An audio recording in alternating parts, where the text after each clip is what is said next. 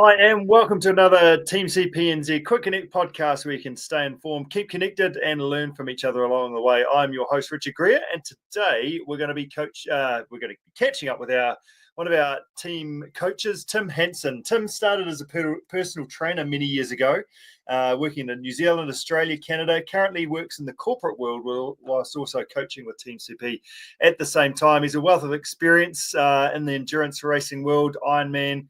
He's got a longest day under his belt. He's done all sorts of different road and trail running events and dabbled in a bit of mountain biking along the way as well. So we're going to catch up with Tim about our weekend that we've just had in regards to our adventure squad. And we had a bit of a coaches day catch up, which was a bit of fun and some learning going on Saturday, preempting that. So that is today's podcast. But before we get to Tim, I just want to update you with a couple of things going on. So first of all, our spring bunch ride and run. So bring the family and friends along at Horswell Quarry. Mark the date in your diary, Sunday the 31st of August, to celebrate the start of spring. There's no cost, just get along and we'll do a trail run around Horswell Quarry and a bunch ride out towards Taitap. All the levels catered for. Our coaching team are going to be there to help look after you as we go. Other stuff, our shop is up and running as well. We've got some new products being added every week. This week, our key product is Barracuda kayaks we've managed to partner with. So if you're after a brand new shiny kayak, we've got some deals. And this whole shop is all about deals for you guys with products that we believe in and use ourselves. So as a result of that, bringing you some deals, it's just for people that we coach or have recently done adventure squad or one of our challenges, etc. So there's a code there. You should be able to get in and use that. And also our Tour de France competition. You'll be coming to the end of that. You've only got a few vertical meters to grab, hopefully, and a bit of distance under the belt as well as we go. So lots going on in the Team CPNZ world. But without further ado, let's have a bit of a chat to Tim and get him on the line. How are you doing, Tim? Hi, Rich. Yep, good. Thank you. Dory, thanks so much for coming down the weekend. It was awesome to be able to catch up. One of our challenges as a coaching team is that we are all over the place, and the way we work is kind of distance orientated, which has its benefits and its challenges at times. But it's definitely good to catch up. Yeah, it was. Like I said, it would have been it'd be good to come down more often, right? But when we do get together, it's a good time. A bit of banter and competition, and good bit of planning as well. No, it was good. It was good weekend actually. So before we go too much further, what about the Tour de France competition? How are you getting on there? Doing all right. Like I went by points, so I set some points targets for me, and I'm currently in around 500, and I'm shooting for 800. So I've got a bit of work to do in the next few days. So slightly ahead of you. I saw on the leaderboard this morning, so that's the main thing at the moment. Yeah, just. I thought I was ahead of you. Yeah, things have changed. Maybe you're on the wrong leaderboard there. Yeah. So not too far off, but it's been good, right? So bit of a final push in the last week, and we'll see how we go. Yeah, good job. And it's a good thing to have your own targets, but then just have a look around to see who you might be able to pop your head in front of. I have been pleased that you haven't been on Zwift this week, because that's been a good chance for me to get more vert, especially because that's the thing that's been lacking.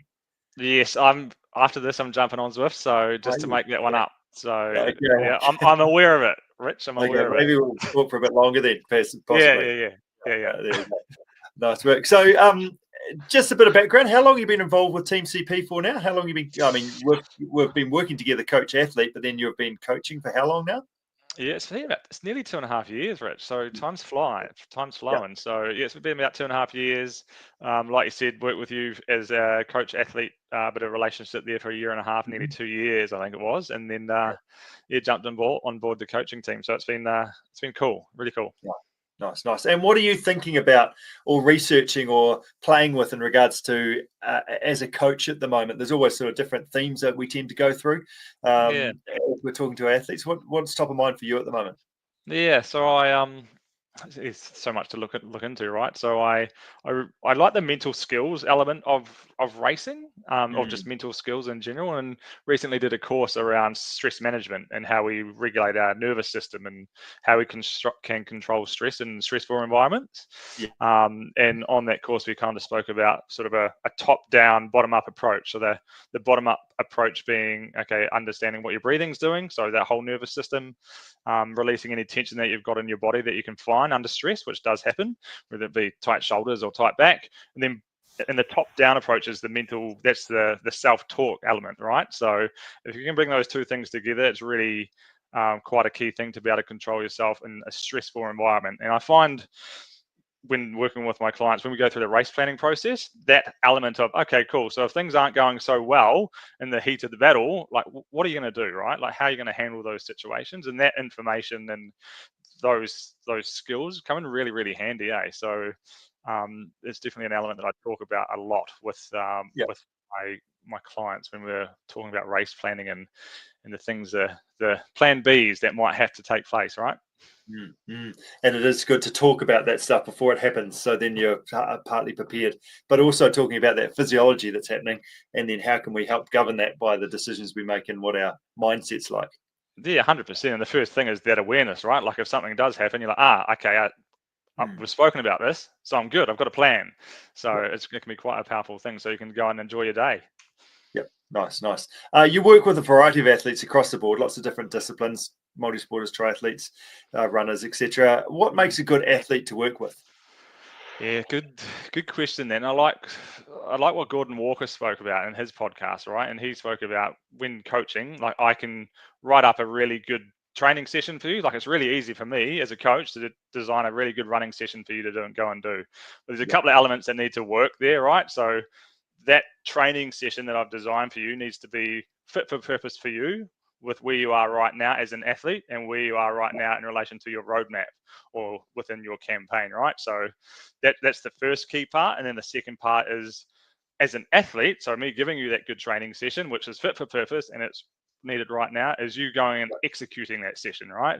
So executing the zones, it's asked of you the intensity and the duration.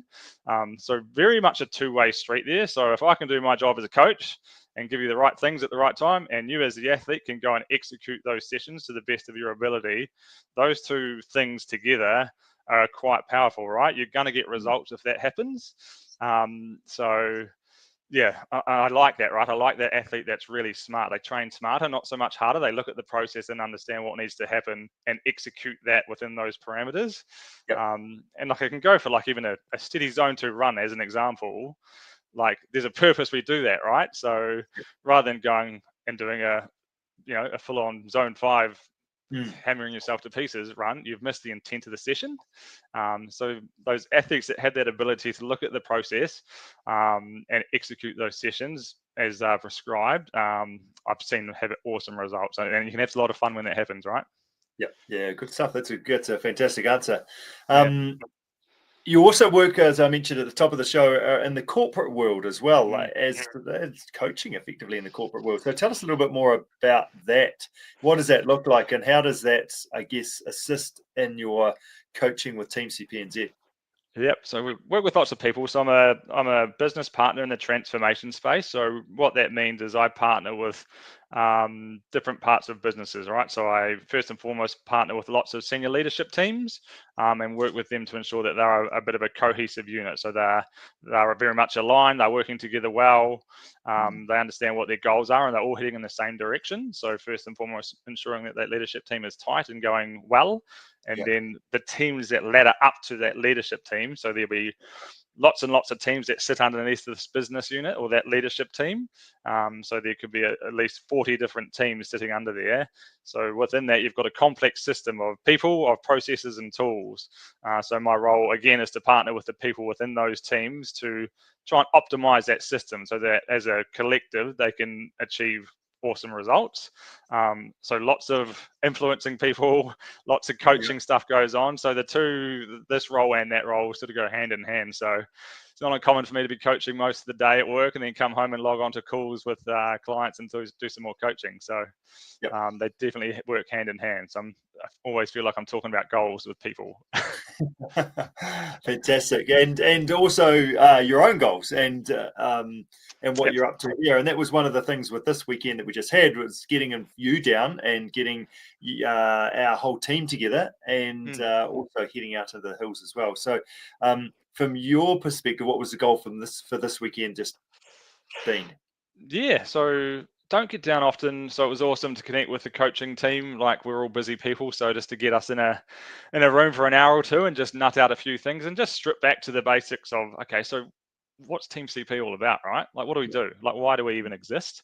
And then as a coaching team, how do we ladder up to that? So we spoke about values, which you took us through, which is really good, just to get a bit of a refresh on Team CP values. So community and fun and, challenging yourself, all those good things. So it was good to just reflect on that as individuals.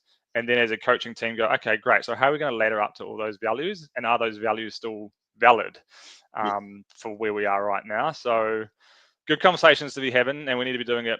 It'd be good to do that a couple of times a year, wouldn't it? But so it was good, and it's good to reflect on us as individuals, as coaches as well, like on what's important to me right now. What do I want to focus on? So I think we left feeling pretty good. We've got a few slight little tweaks that we're going to do just so that we can get a bit closer and learn a bit more off each other as coaches. And we'll see how that goes. Yeah, nice. So that was sort of the afternoon. We did some running technique stuff as well, dialing in that in terms of how we offer that to our clients. So that was really good value. And then we also went to the pub, Tim. We did go to the pub. We went to the pub, and there's a bit of table tennis and a bit of cornhole, and it was fun. It was fun, wasn't it? It was fun. Yeah, no, I had a heap of fun. Jacob and I had especially a lot of fun. Maybe you're more than you and Matt. Would that be fair? Yeah, yes, it would. And all I'll say is I'm counting down the days till next year till I get another crack. But we definitely saw some sides of some people, was all I'll say, that I've never seen before, and that's really? fine. Never seen before. That's unusual. That's good. Yeah. Yep. You're very diplomatic in the answer there. Well done. Yeah. So, and then the next day was about Adventure Squad. How was it from your perspective in terms of the route and the day and the weather? Give us a bit of an overview.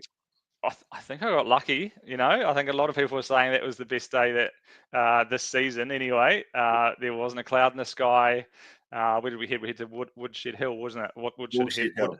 Woodshed Hill was where we headed, and it was great, man. Like, the weather was epic. Great bunch of people. And it was challenging enough. There was definitely lots of sweat on the brow, and I had sore muscles for a couple of days afterwards, actually, to be fair. So look, great bunch of people, good to connect with people I haven't met before. Had some laughs, and took some pretty great photos at the top for lunch, and then came back down, and there was a hot Milo and some homemade bacon waiting for us. So it was a fantastic day, really good. Yeah, good. Did you get into the snow? We part of the Adventure Squad is as part of our safety kit is having some micro spikes so you can fit over top of your running shoes when you get into some snow and ice and some slippery stuff that you're going to be able to stay upright, not slide away. Did you guys in your group get into the snow? Yes, we did get into the snow, and we stopped to put on the micro spikes, and then we changed our mind for some reason. So some of us had them on and some of us didn't. I didn't get to put mine on. Really? But we were in the snow. No falls. So that's good. But yeah, got up into the snow. It wasn't super deep though. So I think if we went any bit higher, we probably would have been compulsory. So it's just a nice sprinkling. Yeah, that's right. I think what happened was that you saw where we put them on, because obviously you can see our footprints. Yes. And we went up and over that hill, like basically just ramped up this icy slope effectively, whereas Matt and Leighton made the decision actually just to traverse around that. So you didn't actually go up and over, which meant you probably didn't really need them so much, and then got to the next point, whereas we kind of carried on with them on and then went up quite a steep snowy piece. So I think that's probably why, because you traversed around it. So that means you probably need to be back for some more snow in the future. Yeah, exactly. And fair enough. I think you're right there, actually. I think we did go, this is where these guys put their spikes on, so let's put ours on now. But then we've made a plan B and went around it. So, yep, definitely be back. It's good to, I've done, I think, one a year for the last couple of years. So I'll be back. It was good. Yeah, highly recommend for anyone, because they kind of cater for everyone, right? Like all levels of ability. So, and, if some people are struggling around some terrain, we just sort of wait and help each other out, and it's a real good vibe. So definitely recommend them. What was your highlight of the day? Is there one thing that kind of stood out for you? I think the lunch at the top was epic. Just to be able to sit back and take it all in was pretty cool. So we don't get that sort of scenery up here, so don't take that for granted. So it was awesome. And I think that's probably my highlight as well, is actually having lunch at the top of the hill. Probably two reasons on that, because again, you don't get to the top of the hill very often with a day like that. You can just sit back and you have shorts and t-shirt in the snow and look around the pretty epic mountains around you in Arthur's Pass. And the second reason why it was good to have lunch, and that was my highlight, is because our team at the front don't tend to have lunch so much because we're sort of trying to bust our guts to get back in time. So so that was definitely a win from our perspective. Yeah, totally. No, you've done well there, and like I said before, plenty of baking at the bottom. So so much baking that there wasn't even all completed, and I was well and truly full. I actually stopped my nutrition. I don't know, probably in the second half to make sure I was hungry for the end. Is that what was going on? I saw that. Yeah, fair enough. Yeah. Yep. Threw my piece of pizza out when I got home because I had so much baking. Didn't need it. Yeah. Nice. And the key thing was making sure we're home in time for the Warriors. So did you get a chance to watch that when you're trying to trip back to Auckland?